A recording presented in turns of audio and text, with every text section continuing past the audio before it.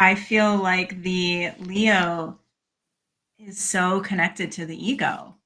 Yeah, And yeah. we all have these egos that especially they're very loud right now. And maybe that's just because we're so connected to everybody through the internet. But it's like the shadow side of Leo is like, see me, listen to me, show me how important I am, listen to my opinion and what I have to say, and then validate me.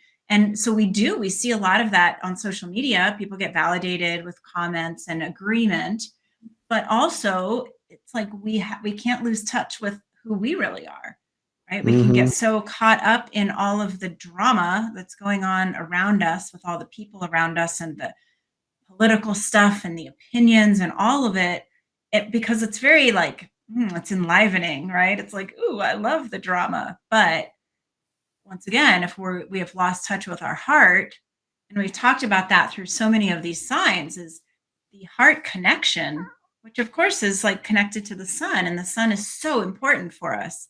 Right. But that heart connection is the remedy really for almost all of the shadow work, if you think about it. It's like when we're in our shadow, we have lost connection with our heart and we're swirling around like overthinking and overdoing and fighting and all of this stuff. But with Leo it comes straight down to, are you connected with yourself? And most people are like, I don't even know what that means. Hmm.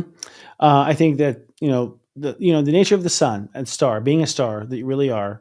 I think that older star was you had to shine really bright, you had to outfire everything, you had to be flamboyant, you had to make a scene, and you were really focused on. I think they were just focused on the bright, like just doing it right, and then lavishing the attention. Obviously, feeling really good from the attention. I think now that Pluto's in their seventh house, the shadow is like the sun doesn't even know what it has at the core. Mhm.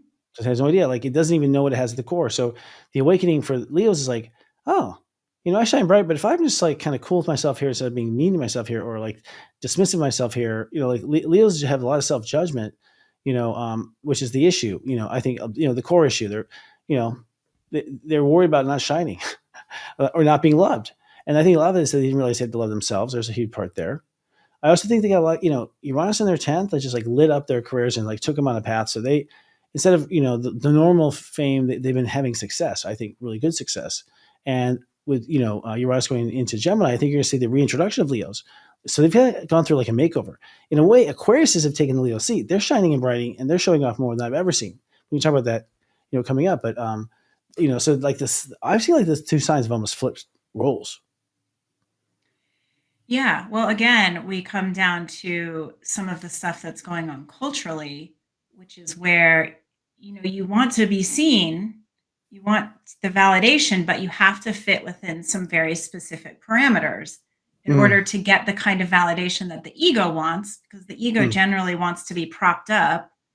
yep. And it's really hard right now because culturally it's like you better conform or else. Mm, And so for Leo, we get caught, all of us, with our Leo stuff and the sun, Leo suns. Like we have to start saying, like, oh, what if my heart says that I don't belong with that group? And what if the kind of validation that I want doesn't actually fit in with the kind of validation that other people want to give me?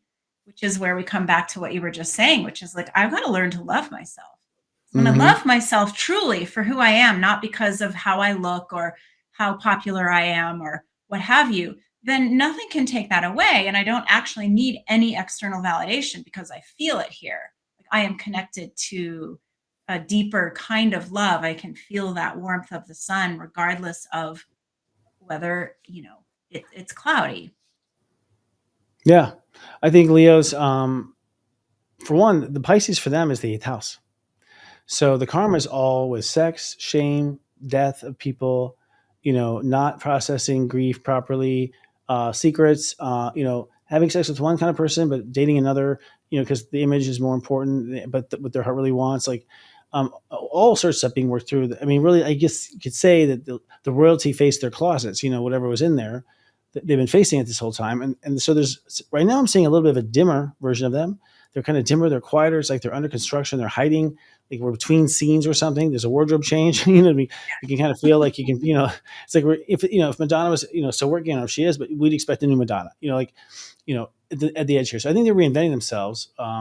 But I think that I feel like because of the Aquarius stuff in the seventh, the shadow's all on like what they're afraid of seeing themselves. That's what they're afraid to find. I think is a lot of it.